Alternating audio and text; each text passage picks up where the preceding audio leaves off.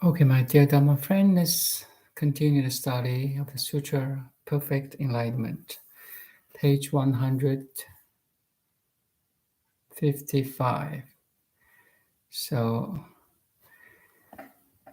we studied Maitreya Bodhisattva, and here is we are studying the answers to Maitreya Bodhisattva's question. Hindrance of principle and the hindrance of action. Let's say that 理障和事障. So let's read the sutra first. It's one at the end of 154. Good sons, if sentient beings have not yet been able to destroy two hindrances, this is called non-consummation of one's Buddhahood. If sentient beings permanently discard desire, then they have succeeded in removing the phenomenal hindrance, 视障, phenomenal hindrance. Another hindrance is the principal hindrance. So if sentient beings permanently discard desire, then they have succeeded in removing the phenomenal hindrance, but have not yet severed the noetic hindrance, so principal hindrance. They are able to awaken in the ways of sravakas and pratyekabuddhas,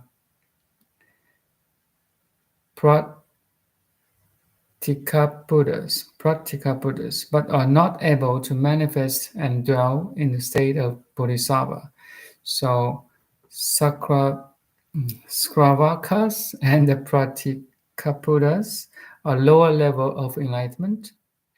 They have removed the phenomenal hindrance, but they have not severed the noetic or principal hindrance.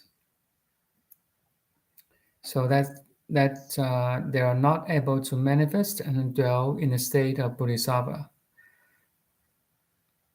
The second paragraph, good sons, if all sentient beings of a degenerate age desire to float on the great ocean of Tathagata's perfect enlightenment, they should first arouse the determination to do away with two hindrances. Once the two hindrances are subdued, one can awaken and enter the state of Bodhisattva.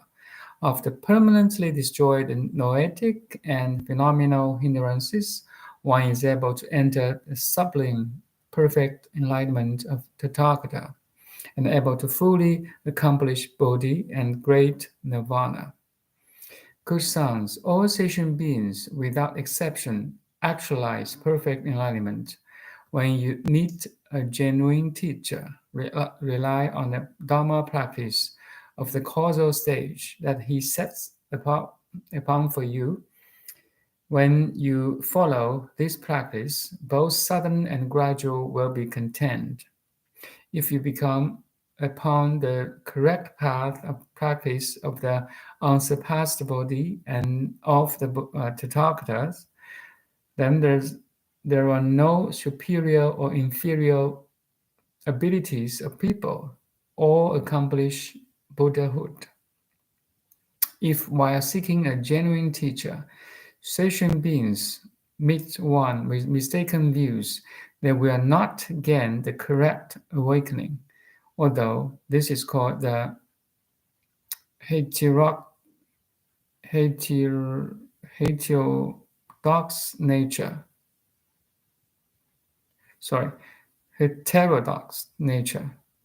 The fault lies with the teacher, not with the sentient beings. This is the distinction of the five natures of the sentient beings. Okay, this is a very long answer. We can review this paragraph again. So Buddha asks us to destroy two hindrances. If we have not yet been able to destroy the two hindrances, this is called nonconsummation of one's Buddhahood. If we can remove the phenomena hindrance, 视障, but have not yet severed the noetic hindrance, they are able to awaken in the way of sravakas and the pratyekabuddhas, but are not able to manifest or dwell in the state of Bodhisattva. So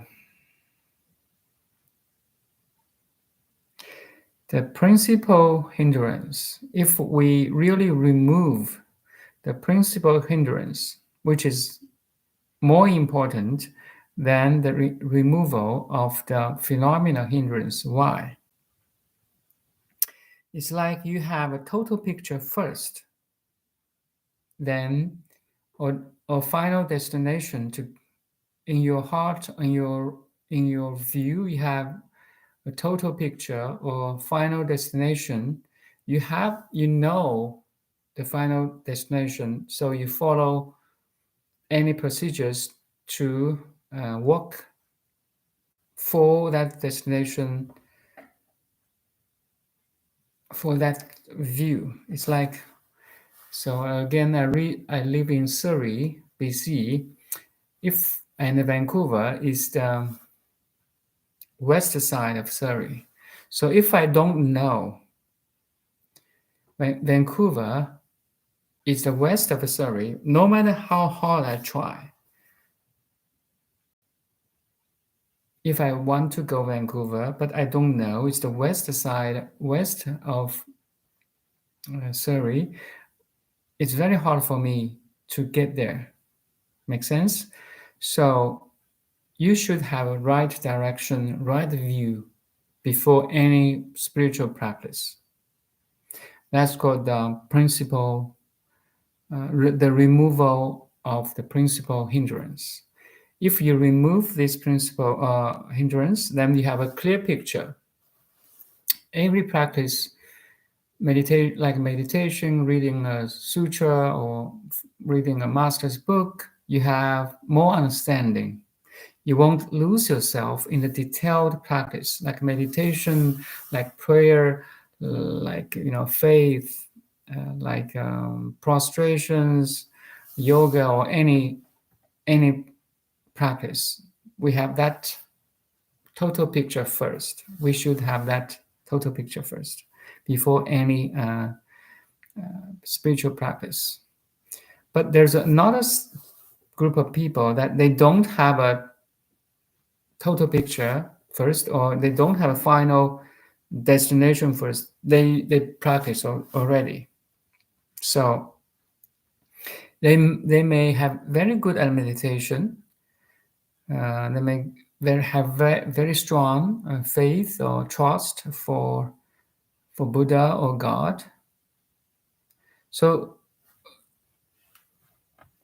that group of people, we say they have the removal of the phenomenal hindrance, 视障一处, but it's a lower level of enlightenment, or because I don't have that ultimate picture or total picture yet.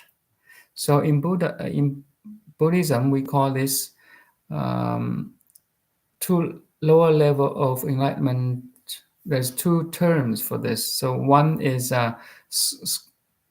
sravakas, and another is pratyekabuddha.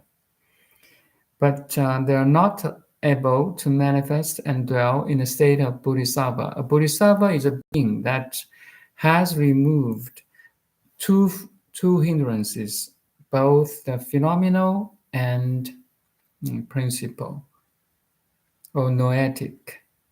Here in the Sutra, they translate it into noetic hindrance. And the removal of the noetic hindrance is more important than the phenomenal hindrance. Again, the second paragraph, good sounds, if all sentient beings of the degenerate age desire to float on the great ocean of Tathagata's perfect enlightenment. We are now, at this very moment, floating on the great ocean of Tathagata's perfect enlightenment. Somebody know, somebody don't. Most people, they don't. So if all of us want to float on the great ocean of Buddha's perfect enlightenment, we should first arouse the determination to do away with the two hindrances, to remove the hindrances or to remove the obstructions that blind our eyes to see the nature, to see the reality. So all the awakening is to remove the obstructions, to remove the Maya. Once the two hindrances are subdued, one can awaken and enter the state of Bodhisattva. After permanently destroying the noetic and the phenomenal hindrances, one is able to enter the sublime perfect enlightenment of Tathagata and able to fully accomplish Bodhi and Buddhi, Bodhi, and Great Nirvana.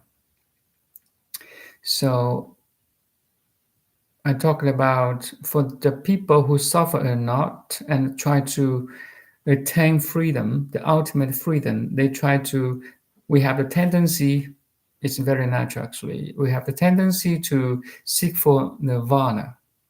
So the nirvana is the antidote of suffering, but Buddha's here in the Sutra Perfect Enlightenment, Buddha teaches us to reach the great nirvana, to see that suffering are our illusion. So that's a deeper understanding of suffering. There's no, and remember in chapter 1, the Q&A between Buddha and the Manjusri Bodhisattva, Buddha said, there's no body mind to undergo birth and death, meaning that the suffering of birth and death and every suffering in between the birth and death are our illusion. So once you see all the sufferings, including birth, death, aging, sickness, are ultimately illusions, then you don't seek nirvana anymore. It's like the nirvana is a medication for suffering. Once suffering's removed, then there's no need for medication either. That's the great nirvana. That's Buddha's true teaching. All the sufferings, birth, death, aging, body pain, emotional disorders, in Buddha's eye, they're all illusions. Once you see the emptiness of all the phenomena world, including the emotional disorder, including the body pain, you are freed.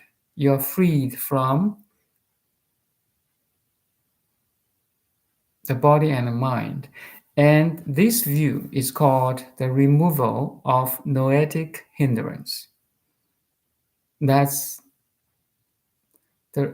why noetic hindrance, the removal of the noetic hindrance or principal hindrance is more important than the removal of the phenomenal hindrance. Because now you have a deeper understanding, an absolute understanding that our body-mind is our illusion.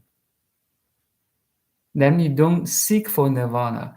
You don't seek the antidote or medication for suffering anymore. Both the suffering and nirvana dissolves. That's a great nirvana. That's the meaning of great nirvana. And that's a great meaning. It's the meaning of removal of noetic hindrance. Once you have this understanding of the removal of the noetic hindrance or principal hindrance, all your everyday life becomes a practice of the removal of the phenomenal hindrance. Because now you have the true understanding of the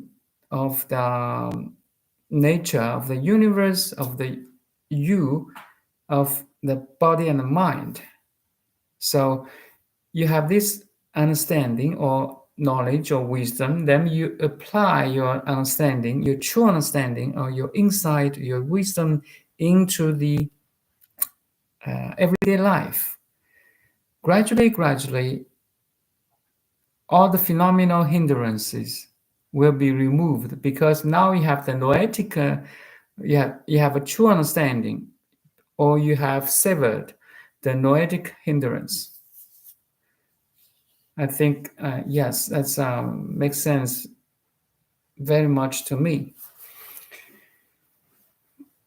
But the Sutra of Perfect Enlightenment is a book, or is a sutra almost 2,000 years ago. So there's some terms or wording in the sutra is kind of Asian styles. So it's better we can use more modern terms, but has a similar meaning for, like here is a noetic hindrance and phenomenal hindrance. If I put more into more everyday life experiences, if you like to cook, so the removal of the principal hindrance is that you understand every how to cook a meal, say how to cook like the barbecue of beef, let's say. It's very simple. So you know what to prepare. Wait, you have a total picture first. Let's say you have a book of how to barbecue a beef. You have all the knowledge. You know the time, you know the ingredients, you know how many salt, how many flavor you will add when you barbecue the beef. So you have the knowledge first. So when you have the knowledge, so comparing to this context, is you have severed the noetic hindrance, because now you have a true understanding of how to cook, how to barbecue a beef. Then you try to use your knowledge to really cook it, or to put on a fire, set on a fire, the temperature, all the ingredients. So the application of the knowledge, how to cook, if you really do it, is the removal of the phenomenal hindrance. Okay. Knowledge how to barbecue beef is not enough, but it's first step. It's like a kid. For example, my son, who is 11, 12 years old, he may know how to read the book how to barbecue a beef, but he never has done it yet. So he need a practice. That's why both the noetic hindrance, removal of the noetic hindrance, and the phenomenal hindrance are important. But the removal of the noetic hindrance is the first step, is the foundation, that, or the knowledge or the wisdom or the insight, that you can apply into everyday life.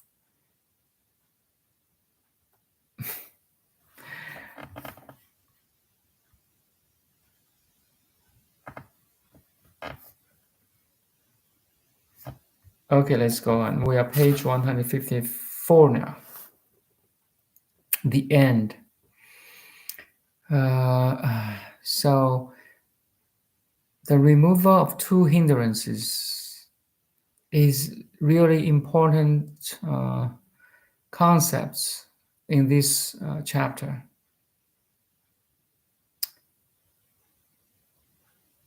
So the third paragraph, good songs, all session beings without exception actualize perfect enlightenment. When you meet a genuine mm, teacher, rely on Dharma practice of the causal stage that he sets up for you. When you follow this practice, both sudden and gradual will be contained. If you come upon with the correct path of the practice of the unsurpassed body of the Tathagatas, then there are no superior or inferior abilities of people. All accomplish Buddhahood.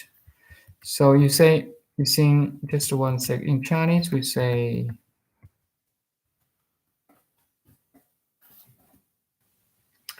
一切众生. Sorry,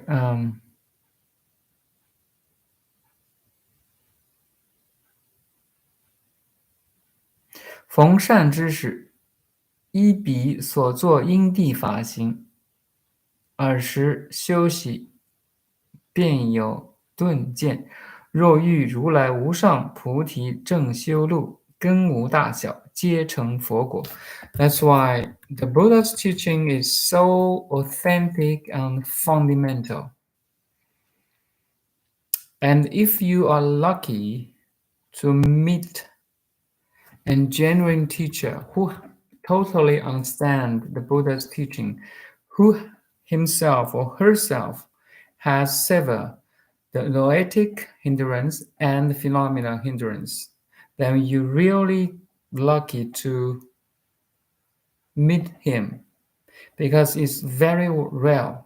It's very rare now. Have a true understanding of the ultimate truth. So if you come upon the correct path of practice of the surpassed body of the Tathagata, there's no superior or inferior abilities of people. All accomplish Buddhahood. Why? Because Buddhahood is your original nature.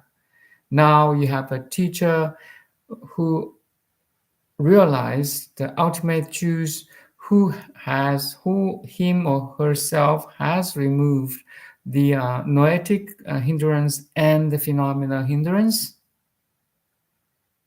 Wow. If you follow his teaching, no matter your ability or capacity is superior or inferior, you will accomplish Buddhahood. But the last paragraph, if, while seeking a genuine teacher, sentient beings meet one with mistaken views, they will not gain correct awakening. Although this is called heterodox nature, the fault lies with the teacher, not with the sentient beings. You see, if you follow a teacher which has not realized the ultimate truth yet, and no matter how many years you follow him, you won't reach your Buddhahood. So that's why a genuine teacher with authentic teaching is really, really important.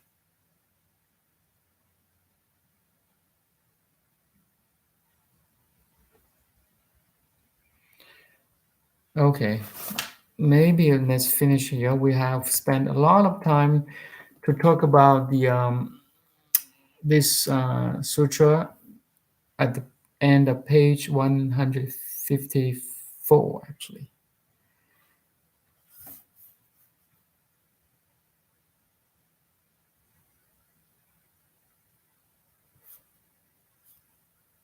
Maybe we can go a little bit more here. Just give me a sec.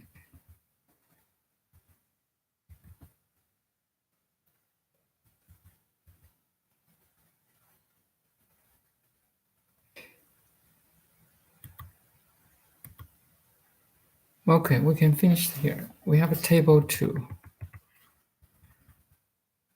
At page 156, table 2, the distinction of 5 natures. So there's 5 types of practitioner.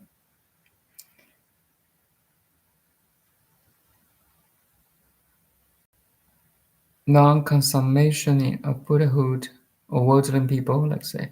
The first one is the nature of 2 vehicles, the lesser vehicles, by which or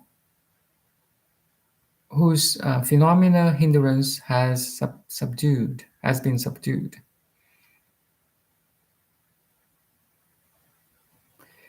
But for the worldling people, actually, for worldly people, both hindrances intact. And the second nature of the Bodhisattva, both hindrance subdued.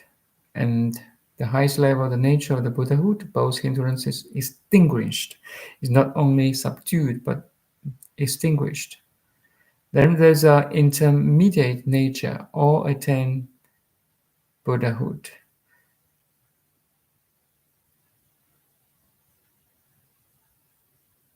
And heterodox nature misleads students.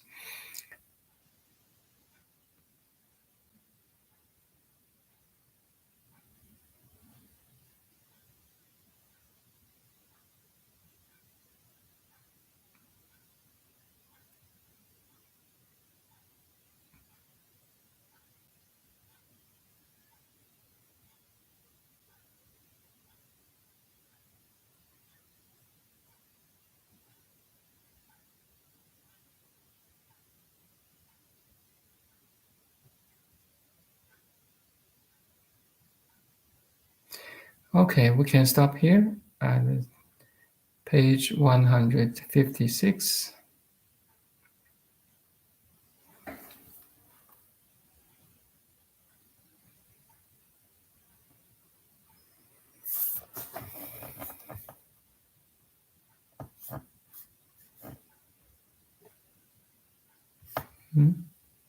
Any question?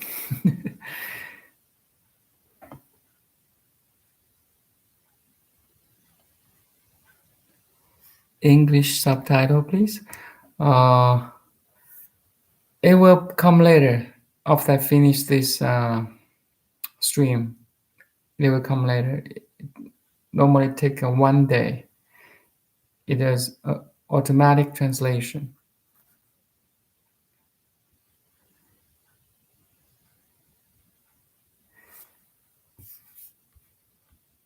All I read is the PDF file, so I text you here again.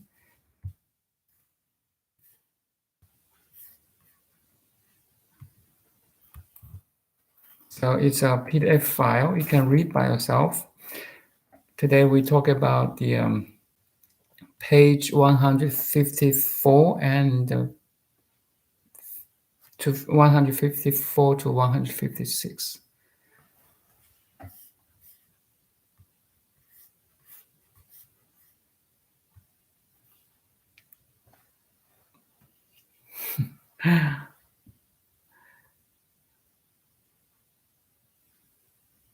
It's a very profound sutra.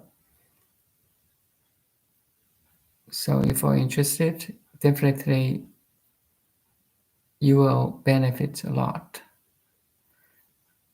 So the sutra is a textbook of awakening. And Buddha has lots of textbooks, but this one, the Sutra of Perfect Enlightenment, is the best of best. That's why I'm sharing here.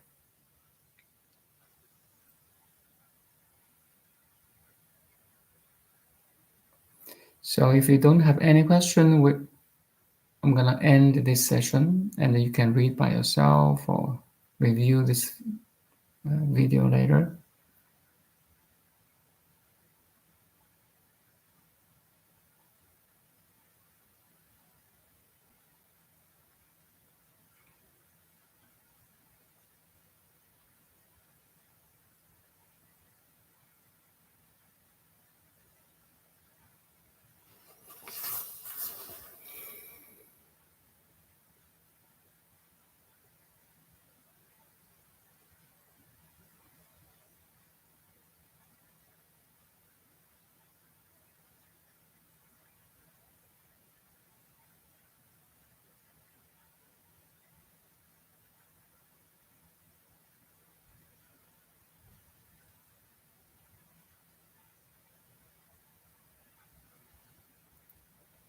So if you do have question, you can write a comment following this video or any video.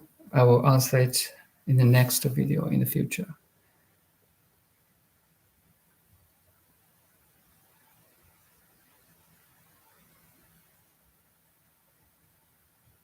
Okay, thank you.